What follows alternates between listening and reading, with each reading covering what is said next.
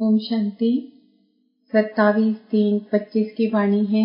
मीठे बच्चे, खिवैया आया है तुम्हारी नैया पार लगाने। तुम बाप के सच्चे होकर रहो तो नैया हिलेगी डुलेगी लेकिन डूब नहीं सकती।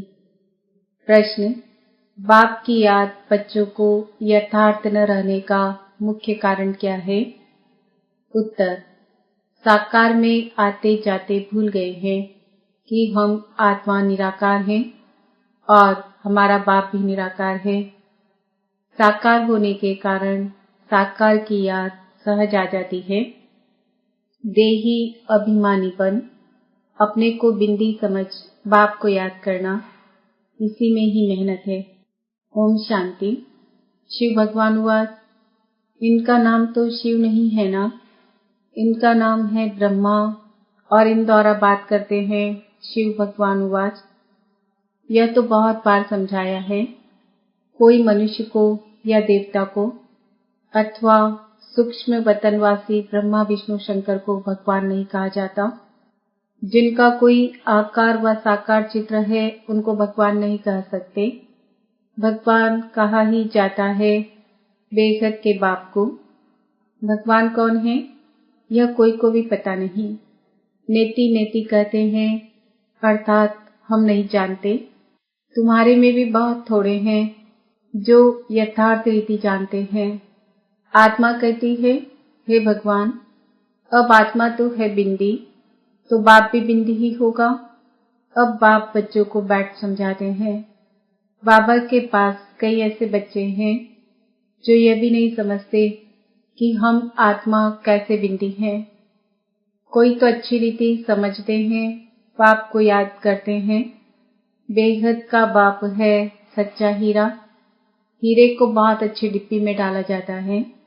कोई के पास अच्छे हीरे होते हैं तो किसको दिखलाना हो तो सोने चांदी की डिब्बी में डाल फिर दिखाते हैं। हीरे को जोहरी ही जाने और कोई जान न सके। झूठा हीरा दिखाए तो भी किसको पता न पड़े। ऐसे बहुत ठग जाते हैं। तो अब सच्चा बाप आया है, परंतु झूठे भी ऐसे ऐसे हैं जो मनुष्यों को कुछ भी पता नहीं पड़ता। गाया भी जाता है, सच की नाव हिले डूले पर डूबे नहीं।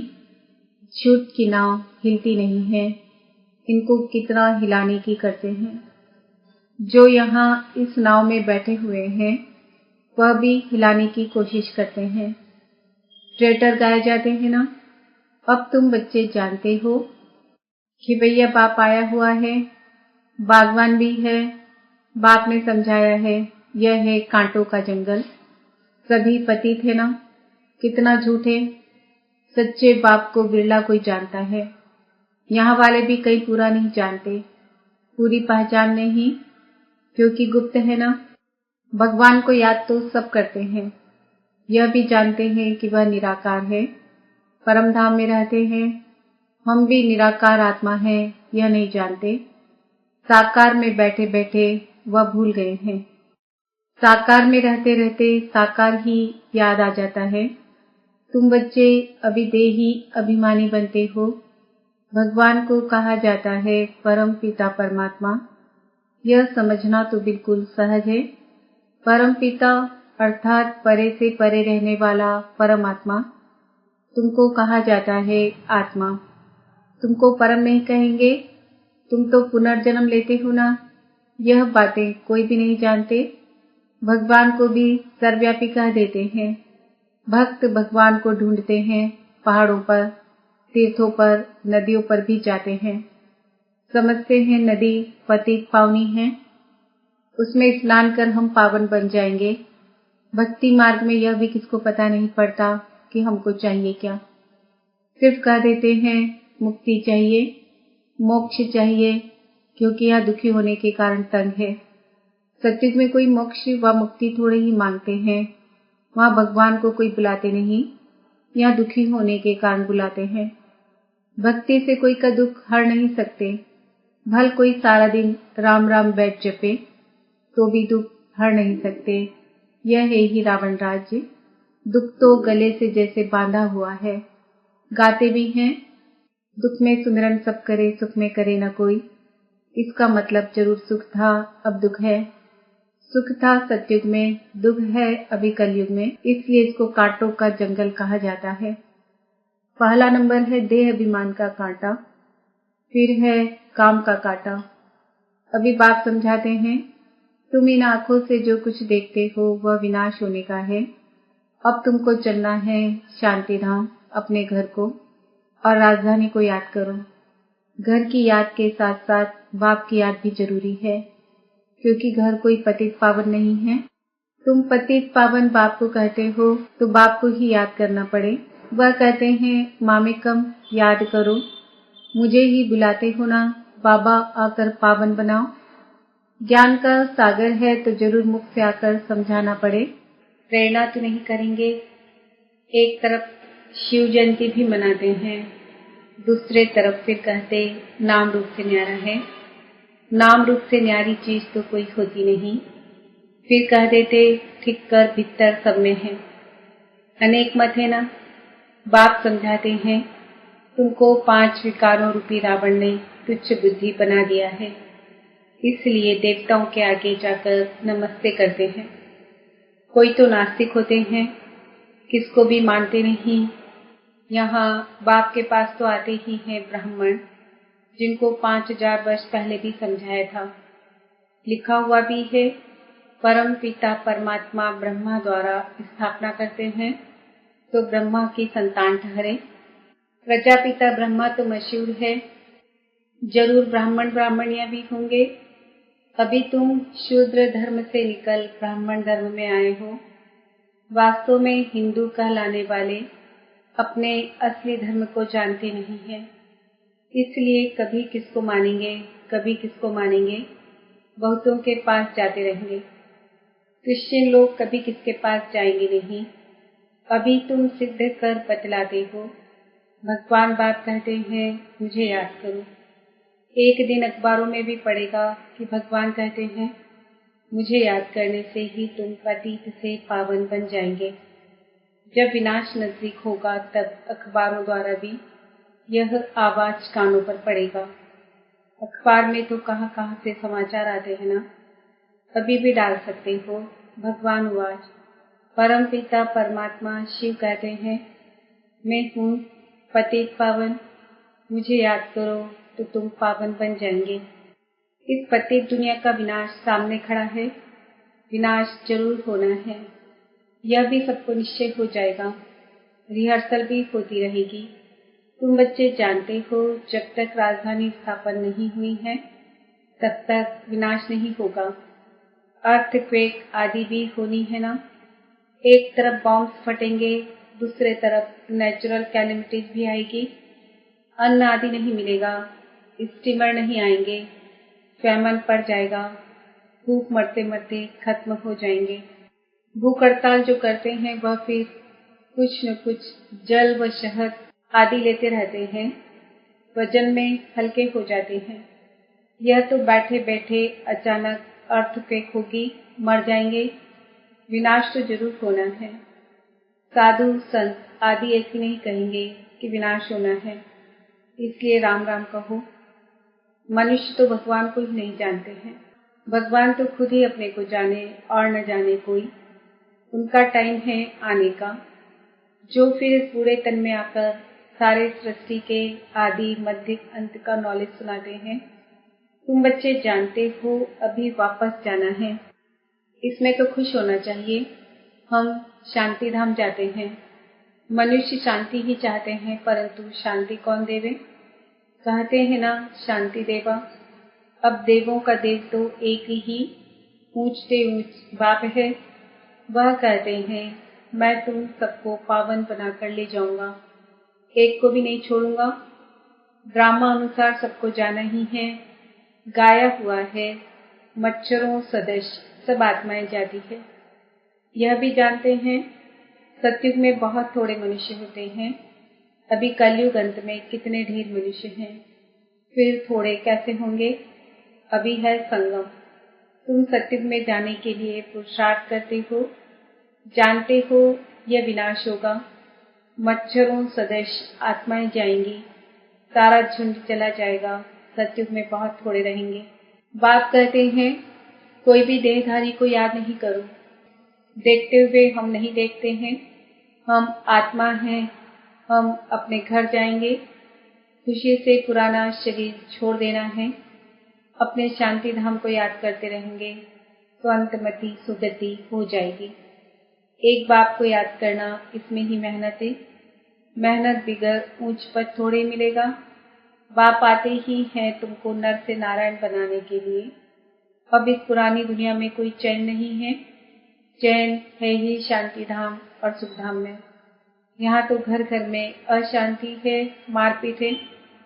बाप कहते हैं अब इस छीछी दुनिया को भूलो। मीठे मीठे बच्चों, मैं तुम्हारे लिए स्वर्ग की स्थापना करने आया हूँ। इस नरक में तुम पतित बन पड़े हो, अब स्वर्ग में चलना है। अब बाप को और स्वर्ग को याद करो तो अंतमति सुगति हो जाएगी। शादी आदि में भर जाओ, परंतु याद बाप को करो। नॉलेज सारी बुद्धि में रहनी चाहिए। भर घर में रहो, बच्चों आदि की संभाल करो, परंतु बुद्धि में याद रखो बाबा का फरमान है मुझे याद करो। घर छोड़ना नहीं है, नहीं तो बच्चों की संभाल कौन करेगा।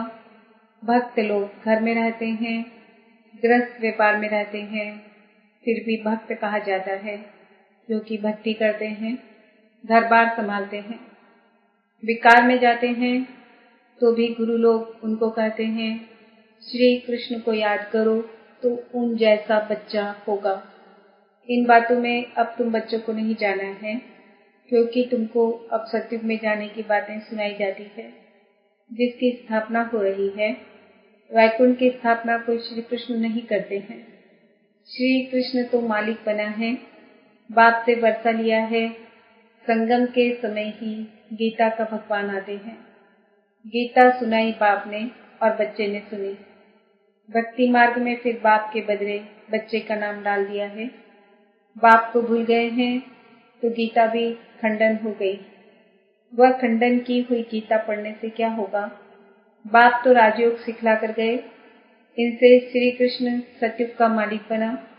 भक्ति मार्ग में सत्यनारायण की कथा सुनने से कोई स्वर्ग का मालिक बनेगा क्या। न कोई इस ख्यालात से सुनते हैं, उससे फायदा कुछ नहीं मिलता। साधु संत आदि अपने अपने मंत्र देते हैं, फोटो देते हैं। यहाँ वह कोई बात नहीं। दूसरे सत्संगों में जाएंगे तो कहेंगे फलाने स्वामी की कथा है। किसकी कथा? वेदांत की कथा, गीता की कथा, भागवत की कथा। अभी तुम बच्चे जानते हो हमको पढ़ाने वाला कोई देहधारी नहीं है, न कोई शास्त्र आदि कुछ पढ़ा हुआ है।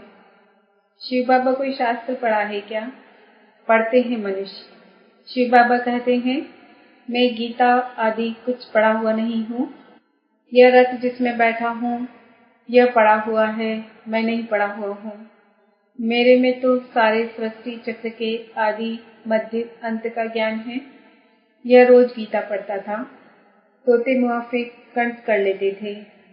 जब बाप ने प्रवेश किया तो झट गीता छोड़ दी, क्योंकि बुद्धि में आ गया यह तो शिव बाबा सुनाते हैं।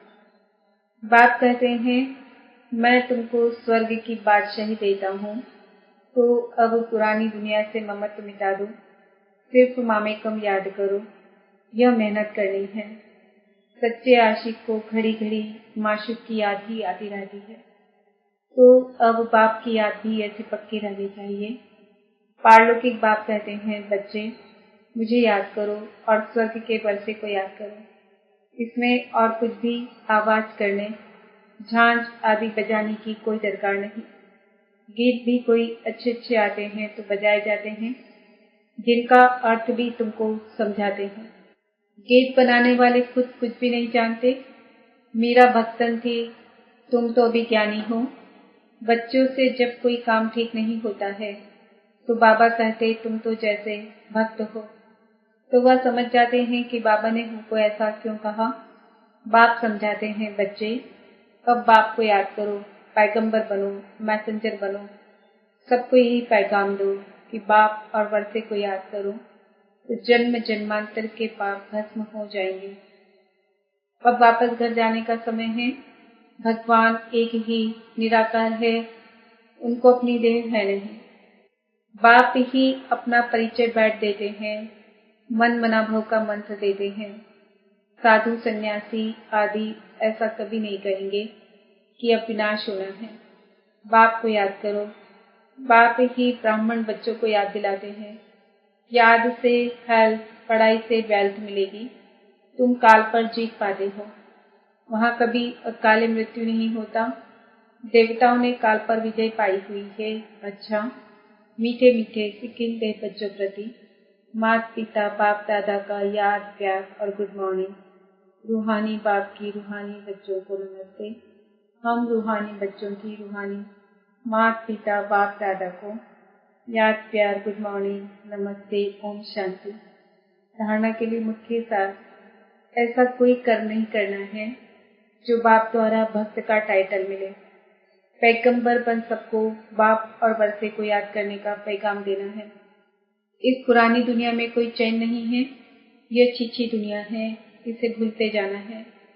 घर की याद के साथ साथ पावन बनने के लिए बाप को भी जरूर याद करना है।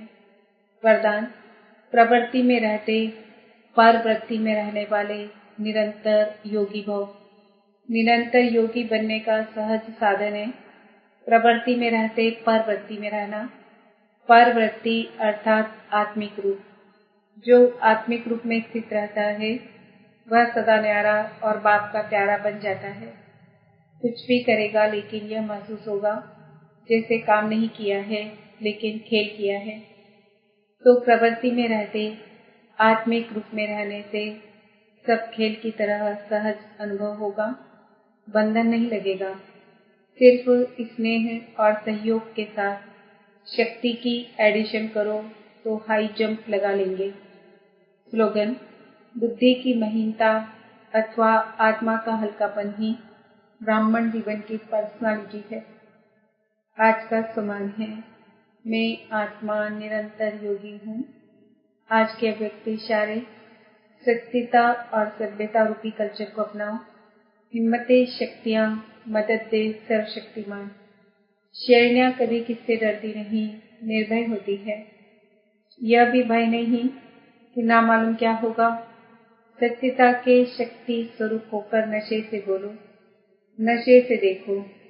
हम ऑलमाइटी गवर्नमेंट के अनुचर हैं। इसी स्मृति से अयथार्थ को यथार्थ में लाना है। सत्य को प्रसिद्ध करना है, न कि छुपाना है। लेकिन सत्यता के साथ बोल में मधुरता और सभ्यता आवश्यक है।